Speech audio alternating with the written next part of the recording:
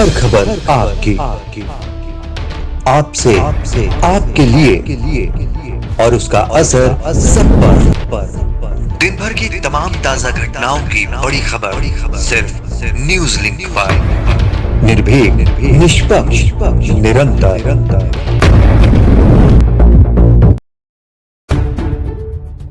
हरियाणा की धरती पर राजस्थान की लूट, अब खुला सरकारी विभागों का सच। राजस्व और खनन विभाग आमने सामने। सरहद पर चल रहे खनन घोटाले में अब एक और सनसनीखेज मोड़ आ गया है। अब की बार खुद हरियाणा की सरकार के दो बड़े विभाग राजस्व और खनन विभाग एक दूसरे की रिपोर्ट को ही झूठा साबित कर रहे हैं।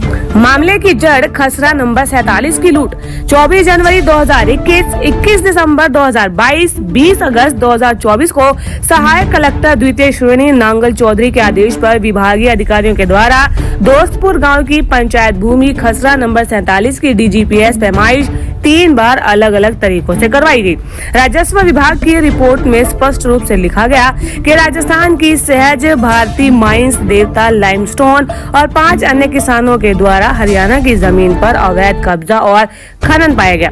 इसी पैमाइश रिपोर्ट का हवाला देकर खनन अधिकारी ने मुख्यमंत्री विंडो पर एटीआर यानी कि एक्शन टेकन रिपोर्ट में लिखा कि गांव दोस्तपुर के द्वारा 20 अगस्त 2024 को करवाई गई पैमाइश में लगाए गए पिलरों पर जीपीएस रीडिंग जो है अंकित की गई, लेकिन दोस्तपुर गांव की सीमा में किसी भी खनन गतिविधि का प्रमाण नहीं मिला है। यानी कि राजस्व विभाग की रिपोर्ट में अवैध खनन साफ लिखा है, उसी रिपोर्ट पर खनन विभाग कह रहा है कि खनन तो हुआ ही नहीं है। जब खनन तो हुआ ही नहीं तो फिर आपके ही विभाग के तत्कालीन अधिकारी ने नांगल चौधरी थाने में राजस्थान माइंस के खिलाफ मुकदमा नंबर 73/2023 क्यों दर्ज करवाया?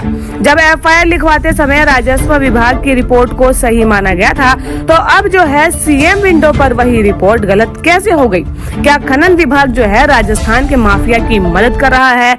मामला साफ दिख रहा है कि या तो खनन विभाग खुद फंसा हुआ है या फिर माफियाओं को बचाने के लिए सरकारी मंचों पर सफेद झूठ बोला जा रहा है।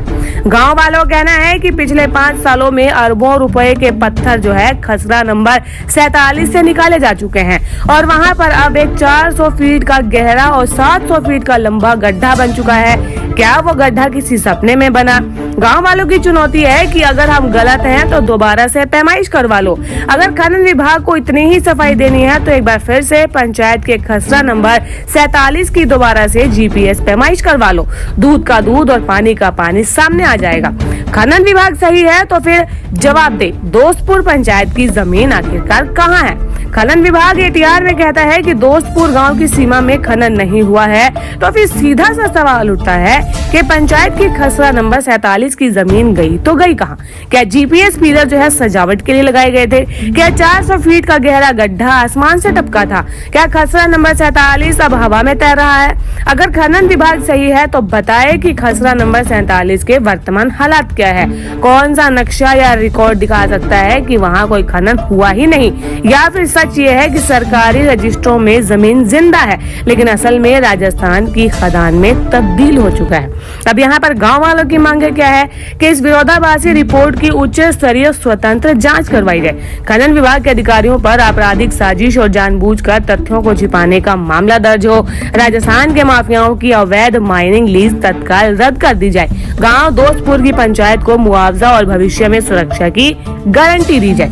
ये सिर्फ एक जमीन का मामला नहीं है, हरियाणा की अस्मिता का सवाल है। अगर आज इस लूट पर चुप्पी रही तो कल कोई भी बाहरी ताकत आकर हमारे खेत, जमीन और हमारे संसाधनों पर कब्जा कर लेगी और हम सिर्फ एटीआर ही पढ़ते रह जाएंगे। न्यूज लिंक ब्यूरो रिपोर्ट, सुशील भारद्वाज, नांगल चौधरी। न झूठ न फरेब, न धर्म न जात, न तोड़ना न मरोड़ना, खबर जो सही वो कही, सिर्फ न्यूज लिंक पर। निर्भीक, निष्पक्ष, निरंतर।